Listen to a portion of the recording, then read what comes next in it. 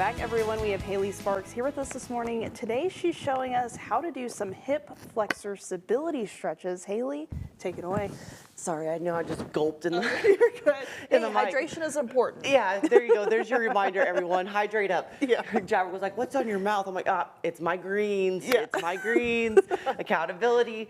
No, this is actually requested by you guys. So I'm really excited to show you. We've gone over this before, but I'm glad that y'all are realizing that, you know, fitness can be for anybody and everybody. Mm-hmm. You know, if we're sitting at the desk, there is still things that you can do if you can't make it to the gym.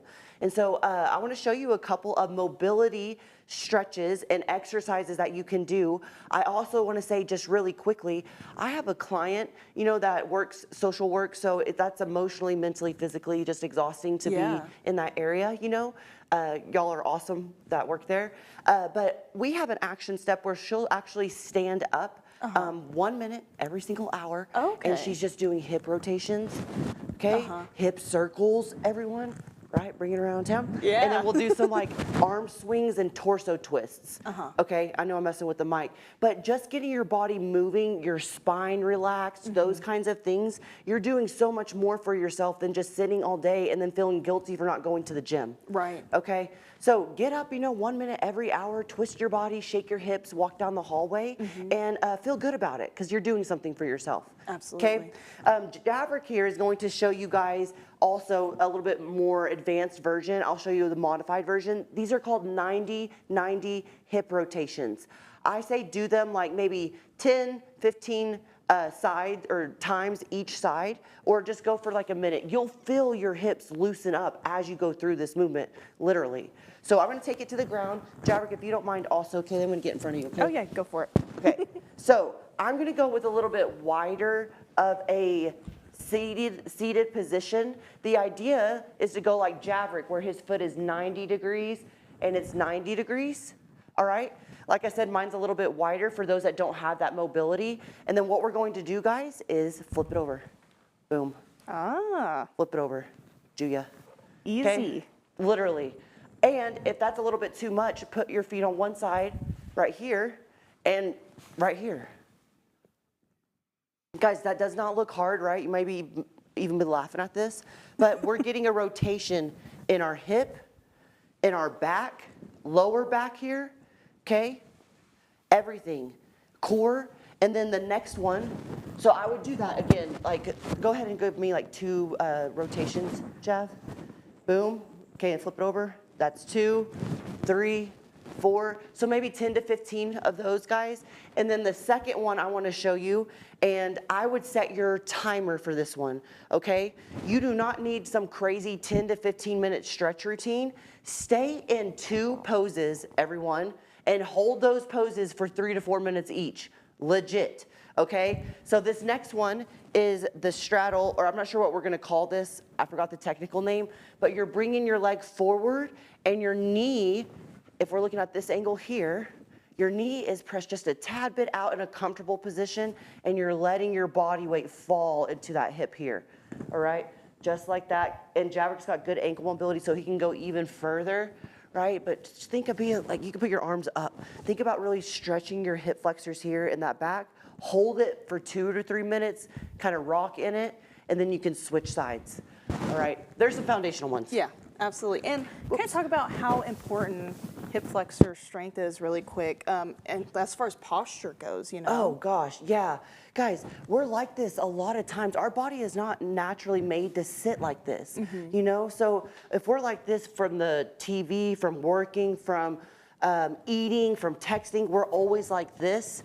Look at our curve right here. Yeah. Guys, you're gonna be walking with tight hips. Then you can't even like lift your legs to get into the car, maybe sitting down to go to the bathroom and then standing back up. Those are all functional movements. Yeah. So this is transferring and snowballing into your posture as well.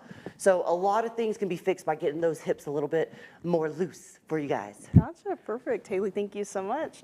Well, it is 6:13, Haley Sparks, and now we are talking about insulin resistance in men. Haley, tell us more.